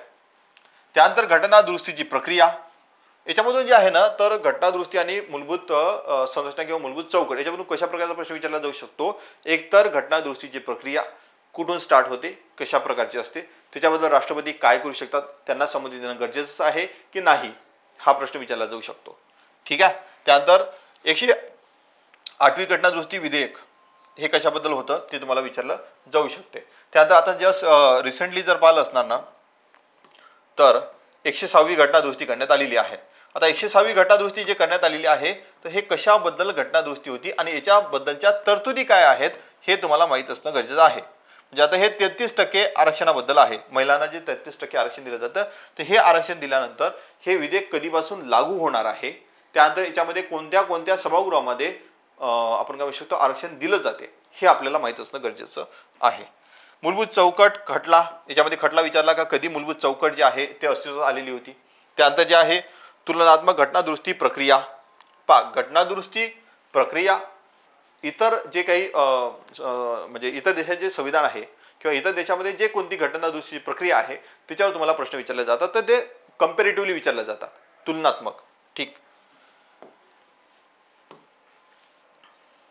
नेक्स्ट आहे तर आता डायरेक्टली पहा इथं लगातार तुम्हाला एक आता इथं तर पाहिलं असणार तर 14, 15, 16, 17 आणि 18 लगातार 19 स्किप केला पण पुन्हा जे आहे 20ला विचारला, 21ला स्किप केला आणि नंतर मग जर पाहिलं असेल 2024ला विचारला. तर केशवानंद भारती खटला कशाबद्दल होता तर ते तुम्हाला विचारलं आहे 2024 मध्ये. आणि कारण की तसंही सुद्धा त्यावेळेस जे आहे तर आपण जर पाहिलं तर 2023 मध्ये ते 50 वर्ष कंप्लीट झालेले होते. ठीक आहे. त्यामुळे त्याच्यावर क्वेश्चन येणं स्वाभाविकच होतं. तर 50 वर्ष 25 वर्ष ज्याला ज्याला कंप्लीट होते ना त्याच्यावर प्रश्न विचारले जात असतात. तर हे थोडंसं तुम्हाला माहीत असलं पाहिजे. त्यानंतर आहे की राज्यपालाबद्दल. आता राज्यपालाबद्दल जर पाहिलं ना तर त्यांची नियुक्तीबद्दल प्रश्न विचारलेला आहे. पुन्हा नियुक्तीबद्दल प्रश्न विचारलेला आहे 2016 आणि 17 मध्ये. ठीक आहे. त्यानंतर 2019 मध्ये जर पाहिलं तर अधिकार आणि त्यांचे विधेयक म्हणजे विधेयकाबद्दल काय अधिकार असतात तर ते तुम्हाला प्रश्न विचारलेला आहे. 2020 मध्ये जर पाहिलं अधिकाराबद्दलच राज्यपालांचे जे अधिकार असतात त्याच्याबद्दल प्रश्न विचारलेला आहे आणि रिसेंटली कोणत्याही प्रकारचा प्रश्न आलेला नाही. त्यामुळे राज्यपालाचा मी तुम्हाला पुन्हा सांगितलं का राज्यपालाच्या नकाराधिकाराबद्दल जे आहे तो प्रश्न विचारलेला गेलेला नाही. आणि यावेळेस ही केस जी होती ना तर तामिळनाडू जे राज्यपाल होते तर त्यांच्याबद्दलची जी केस होती ते महत्त्वाची आहे. आणि ते महत्त्वाचे असल्यामुळे जर पाहिलं तर तुम्हाला नकाराधिकारावर प्रश्न विचारला जाऊ शकतो याच्यामधून राज्यपालामधून. मुख्यमंत्री मंत्रिमंडळाबद्दल फक्त एकदा प्रश्न विचारला आहे तो म्हणजे अनुच्छेद 164.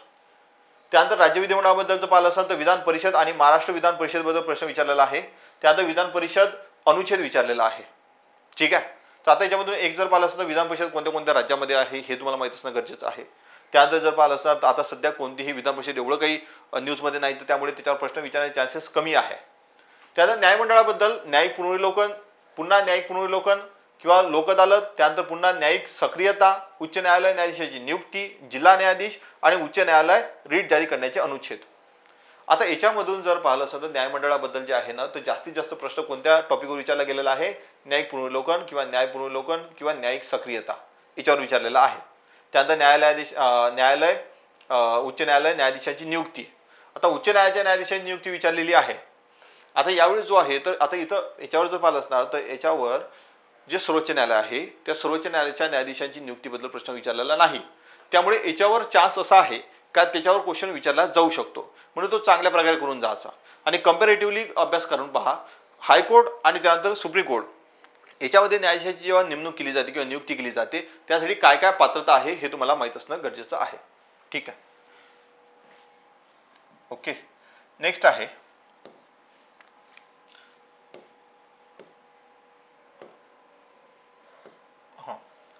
एकच हे आहे. त्याच्यानंतर पाहिलं असेल तर थोडं बाकीचे छोटे आहेत टॉपिक. आता पंचायत राजवर जे आहे ना आता हा पंचायत राज असा टॉपिक आहे का याच्यावर कधी कधी क्वेश्चन विचारतात आणि कधी कधी क्वेश्चन विचारत नाही. नॉर्मली कंबाईनमध्ये याच्यावर नेहमी क्वेश्चन विचारतात. पण राज्यसेवेमध्ये जर पाहिलं असेल तर याच्यावर क्वेश्चन विचारले जातात कधी कधी आणि कधी कधी विचारले जात नाही.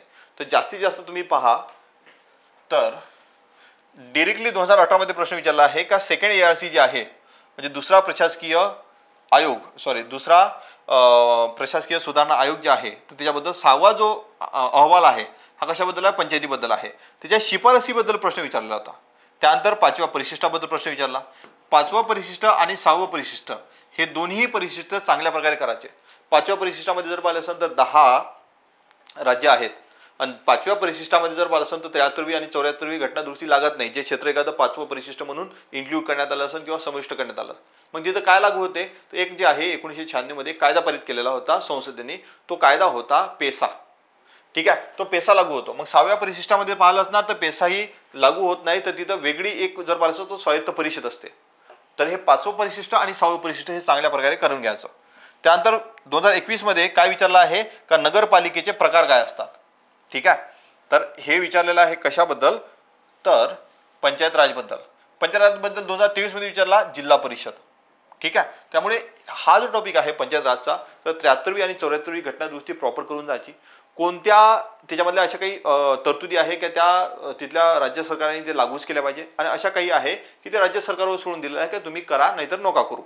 ठीक आहे. त्यानंतर एक असा हा महत्त्वाचा टॉपिक आहे तो म्हणजे घटनात्मक संस्था आणि बिगर घटनात्मक संस्था. घटनात्मक आणि बिगर घटनात्मक संस्थांमध्ये कशा प्रकारे प्रश्न विचारले जातात. आता हा टॉपिक जो आहे ना याच्यावर दरवर्षी कोणत्या ना कोणत्या वर्षी एकतर बिगर घटनात्मक संस्था किंवा घटनात्मक संस्था याच्यावर प्रश्न विचारले जातात. जसं की 2014 मध्ये याच्यामध्ये घटनात्मक विचारला नाही पण बिगर घटनात्मकवर विचारला. घटनात्मकवर भारताचा महालेखा परीक्षक म्हणजे कॅग. ठीक आहे. तर हे कॅगवर जो आहे तो प्रश्न विचारलेला होता. त्यानंतर जे आहे संघ लोकसेवा आयोग तर संघ लोकसेवा आयोगाच्या अधिकारांबद्दल विचारलेला आहे. त्यानंतर निवडणूक आयोग तर निवडणूक आयोगाची संरचना विचारलेली आहे. तर म्हणजे काय आहे की संघ लोकसेवा आयोग 2016 मध्ये विचारलं आणि त्याच्यानंतर जर पाहिलं तर संघ लोकसेवा आयोग 2022 मध्ये विचारलं, म्हणजे जवळपास 6 वर्षांनी. म्हणजेच काय आहे का 5 वर्षांनी किंवा 6 वर्षांनी एखादा प्रश्न म्हणजे एखादा प्रश्नाची थीम जी आहे ते रिपीट होऊ शकते. त्यानंतर आहे कॅगबद्दल इथं सुद्धा विचारलेलं आहे. तर कॅगबद्दल विचारलं केव्हा विचारलेलं होतं 2015 मध्ये, इथं विचारलेलं आहे 2021 मध्ये, म्हणजे पुन्हा इथं 6 वर्षांनी प्रश्न विचारला आहे. राष्ट्रीय अनुसूचित जाती आयोग याचा अनुच्छेद तुम्हाला विचारलेला आहे. त्यानंतर संघ लोकसेवा आयोग UPSC बद्दल आणि भारताचा महालेखा परीक्षक या दोघांबद्दलही प्रश्न विचारलेला आहे. आता हे जर पाहिलं असणार तर कॅग इथं विचारलेला होता आणि संघ लोकसेवा आयोग म्हणजे UPSC बद्दल इथं विचारलेला आहे. त्यामुळे जर पाहिलं असतं तर UPSC बद्दल इथं विचारलं आणि प्लस म्हणजे पहा 6 वर्षांनी जो आहे तर तो क्वेश्चन रिपीट झालेला आहे. ठीक आहे. नेक्स्ट आहे राष्ट्रीय मागासवर्गीय आयोगाबद्दल विचारलेला आहे आणि पुन्हा जे आहे निवडणूक आयोग. आता निवडणूक आयोग जे आहे ना त्याच्याबद्दल प्रश्न विचारलेला आहे आणि कॅग बद्दल प्रश्न विचारलेला आहे आणि राष्ट्रीय आयोग. आता पहा याच्यामधून आपल्याला एवढं तर माहीत पडलं की जे घटनात्मक संस्था आहे तर त्या महत्त्वाच्या घटनात्मक संस्था कोणत्या कोणत्या आहे, एक तर UPSC, दुसरं कॅग. ठीक आहे. त्यानंतर जर पाहिलं असणार तर दुसरा जे आहे जे राष्ट्रीय आयोग आहेत म्हणजे OBC साठी असो, SC साठी असो या ST साठी असो, त्याची जे आहे काय करायचं का त्याचे जर अनुच्छेद कोणते कोणते आहे हे माहीत असलं पाहिजे. त्यानंतर जर पाहिलं असणार तर कोणतं म्हणजे अगोदर कसं होतं SC आणि ST साठी कॉमन होतं, पण त्याच्यानंतर जे आहे तर 2003 मध्ये ते चेंज करण्यात आलं, SC साठी वेगळं आणि ST साठी वेगळं.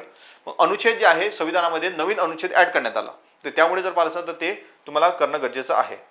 त्यानंतर बिगर घटनात्मक. आता बिगर घटनात्मक मध्ये जर पाहिलं ना तर राष्ट्रीय मानवाधिकार आयोग तर त्याच्या नेमणुकीतील समितीचे सदस्य कोण आहे हे विचारलं. त्यानंतर राज्य प्रशासकीय लवाद तर या अध्यक्षाची नेमणूक कोण करते हे विचारलेलं आहे. त्यानंतर राष्ट्रीय मानवाधिकार आयोग नेमणूक समितीचे सदस्य म्हणजे पहा इथे काय विचारलं कोण 2014 मध्ये विचारलं होतं कोण सदस्य आहेत आणि 2017 मध्ये विचारलं कोण सदस्य नाहीत. आता जसं पहा राष्ट्रीय आता अजून याच्यामधून जर पाहिलं बिगर घटनात्मक संस्था ज्या आहेत त्याच्यामध्ये जर पाहिलं ना एक राष्ट्रीय मानवाधिकार आयोग, त्यानंतर जर पाहिलं राष्ट्रीय आपलं माहिती आयोग. ठीक आहे. तर त्यानंतर जे आहे लोकपाल आणि लोकायुक्त याच्या ज्या समित्या असतात म्हणजे जे नियुक्ती करणाऱ्या समित्या ज्या असतात म्हणजे ॲक्च्युली जर पाहिलं शिफारस करणारी जी समिती असते त्या समितीमध्ये कोण कोण सदस्य आहेत आणि कोण कोण सदस्य नाहीत हे आपल्याला माहीत असणं गरजेचं आहे, कारण की याच्यावर प्रश्न विचारतात. ठीक आहे. आणि याच्यावर प्रश्न विचारतात तर याच्यामध्ये आपण कन्फ्यूज होतो की कोण याच्यामधले सदस्य आहे आणि कोण याच्यामधले सदस्य नाहीत.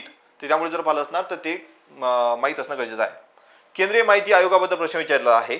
राज्य मानवाधिकार आयोग हे जम्मू काश्मीर बद्दल विचारला होता, कारण की त्यावेळेस जर पाहिलं असणार तर जस्ट रिसेंटली जम्मू काश्मीर हे नवीन केंद्रशासित प्रदेश बनलेलं होतं.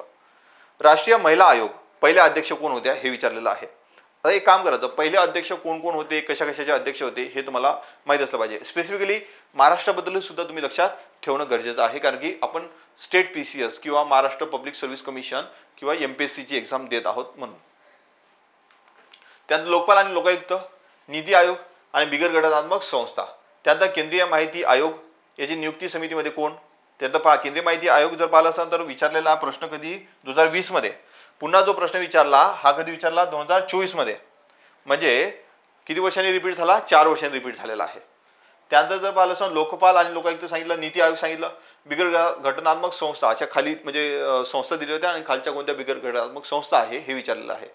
पहा घटनात्मक आणि बिगर घटनात्मक संस्था या दोनमध्ये काय फरक आहे. घटनात्मक संस्था जर पाहिलं असणार तर त्याच्यासाठी आपल्या संविधानामध्ये अनुच्छेद दिलेला आहे असं म्हणजे घटनात्मक संस्था. बिगर घटनात्मक संस्था म्हणजे काय ज्यासाठी अनुच्छेद दिलेला नाही. मग बिगर घटनात्मक संस्थेमध्ये सुद्धा 2 प्रकार असतात, एक असते वैधानिक आणि एक असते बिगर वैधानिक. वैधानिक संस्था म्हणजे काय कायद्याद्वारे जर स्थापन करण्यात आली असेल त्याला म्हटलं जाते वैधानिक. जे कायद्याद्वारे स्थापन केली जात नाही त्याला म्हटलं जात असते बिगर वैधानिक. ठीक आहे. त्याच्यानंतर आहे एक अजून महत्त्वाचा टॉपिक म्हणजे केंद्र आणि राज्य संबंध. केंद्र आणि राज्य संबंधामध्ये प्रश्न जे आहे तर विभागीय परिषदावर विचारला जाते. त्यानंतर अधिकाराचे विभाजन, तर अधिकाराचे विभाजन, त्यानंतर जे आहे आंतरराज्य परिषद. ठीक आहे. त्यानंतर संविधानातील जी सूची आहे तर ते सूची जर पाहिलं असेल तर केंद्र सूची, समवर्ती सूची आणि राज्य सूची.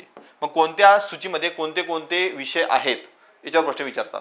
तर तो जो आहे तर त्यावेळेस जे आहे तर न्यूजमध्ये होतं म्हणून जर पाहिलं असणार तर सूचीवर क्वेश्चन विचारला, याच्यावर क्वेश्चन येण्याचे चान्सेस कमी आहे.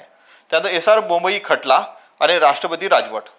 ठीक आहे, तर याच्याबद्दलचा जो आहे ना, तर हा जो होता SR बोंबई खटला त्याच्याबद्दल तो होता. ठीक आहे. त्यानंतर आणीबाणीमध्ये जर पाहिलं असणार तर आणीबाणीमध्ये काय आहे की आणीबाणीमध्ये जर पाहिलं ना तर दोन प्रकारचे, म्हणजे एक तर 44वी घटना दुरुस्तीबद्दल तुम्हाला प्रश्न विचारला आहे, पुन्हा 44वी घटना दुरुस्तीबद्दल प्रश्न विचारलेला आहे. आणि इतर याच्यामध्ये जर पाहिलं ना तर इतर याच्यामध्ये काय आहे की महाराष्ट्र विधानसभेचे कामकाज व भाषा, अधिकृत भाषेचे अनुच्छेद, राजकीय पक्ष, नागालँडबद्दलची विशेष तरतूद, अनुच्छेद 371A, अधिकृत भाषा समिती, राजकीय पक्ष आणि परिशिष्ट 5 चे मुख्य उद्दिष्ट.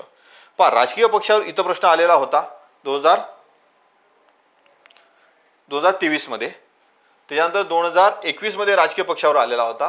तर आता पहा 21 म्हणजे 1 वर्षानंतर पुन्हा रिपीट झाला, तर 1 वर्षानंतर पुन्हा रिपीट होण्याचे चान्सेस आहे, कारण की मी तुम्हाला सांगितलं का त्याच्यामध्ये चेंजेस झालेले आहेत त्यामुळे. ठीक आहे, तर राष्ट्रीय पक्ष जर पाहिलं असेल तर त्याच्यामध्ये जसं सांगितलं का 2 नवीन ऍड करण्यात आले, 2 काढून टाकण्यात आले. त्यावेळेस जे आहे त्याच्यावर प्रश्न विचारला जाऊ शकतो. म्हणून जे आहे तो कोणत्या आपण काय म्हणू शकतो की राष्ट्रीय पक्ष आहेत आणि कोणते राष्ट्रीय पक्ष नाहीत हे आपल्याला माहित असणं गरजेचं आहे. सो आपण जर पाहिलं तर हे पूर्ण 10 वर्षाचा जेवढे काही प्रश्न विचारलेले आहेत त्याच्याबद्दल हे सर्व आपण काय केलं होतं की डिस्कस केलेलं आहे. ठीक आहे, तर आणीबाणीबद्दल जर पाहिलं असतं तर आणीबाणीबद्दल जर एक पहा, आणीबाणीबद्दल 2 गोष्टी लक्षात ठेवण्याच्या आहे. एक म्हणजे 42वी घटना दुरुस्ती आणि त्यानंतर 44वी घटना दुरुस्ती. ठीक आहे, त्यानंतर आणीबाणी किती प्रकारचे असतात, राष्ट्रपती राजवट आहे, त्यानंतर जर पाहिलं असेल तर राष्ट्रीय आणीबाणी आहे, त्यानंतर आर्थिक आणीबाणी आहे. त्यानंतर जे आहे हे जे 3 प्रकारच्या विचारलेल्या जातात त्याच्यामध्ये याचे अनुच्छेद कोणते आहेत, ठीक आहे, त्याची घोषणा कोण करतात.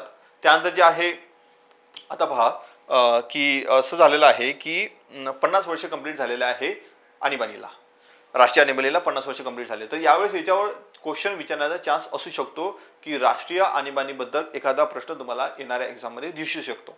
तर त्यावेळेस जो आहे तर असा जो आणीबाणी हा जो टॉपिक आहे ना, हा आणीबाणी टॉपिक तुम्ही चांगल्या प्रकारे करणं अपेक्षित आहे. ठीक आहे, ओके. तर हे पूर्ण 10 वर्षाचं आपण पाहिलेलं आहे की याच्यावर अशा प्रकारचे क्वेश्चन्स विचारले जातात. ठीक आहे, नेक्स्ट जे आहे तर महत्त्वाच्या काही बाबी आहेत. आपण महत्त्वाच्या बाबी किंवा काही ट्रिक्स आणि काही क्वेश्चन जे आहे आपण सॉल्व्ह करून पाहणार आहोत की त्या ट्रिक्सनुसार आणि कसे क्वेश्चन ते सॉल्व्ह करायचे हे तुम्हाला आपण नेक्स्ट लेक्चर जे राहणार त्या नेक्स्ट लेक्चरमध्ये आपण पाहणार आहोत. सो आय होप आपण 10 वर्षाचं जे पुन्हा काही आपण पाहिलेलं असणार तर कोणत्या प्रकारचे कशा प्रकारे क्वेश्चन विचारले गेलेले आहे आणि कोणत्या टॉपिकवर किती प्रकारचे क्वेश्चन विचारले गेले आहे हे सर्व आपण पाहिलेलं आहे. नेक्स्ट लेक्चरमध्ये आपण काय करू, जसं सांगितलं का इम्पॉर्टंट गोष्टी लक्षात ठेवायच्या, कॉन्सेप्ट कोणते असतात, त्यानंतर काही ट्रिक्स आहेत, त्या ट्रिक्स कशा लक्षात ठेवायच्या, त्या ट्रिक्सवरून ते क्वेश्चन सॉल्व्ह कसे करायचे. ठीक आहे, आणि लॉजिक कशा प्रकारे क्वेश्चनमध्ये लावायचं हे आपण नेक्स्ट लेक्चरमध्ये पाहणार आहोत. आय होप तुम्हाला हे सर्व आपण जे काही डिस्कस केलेलं आहे हे सर्व समजलं असणार. Thank you so much.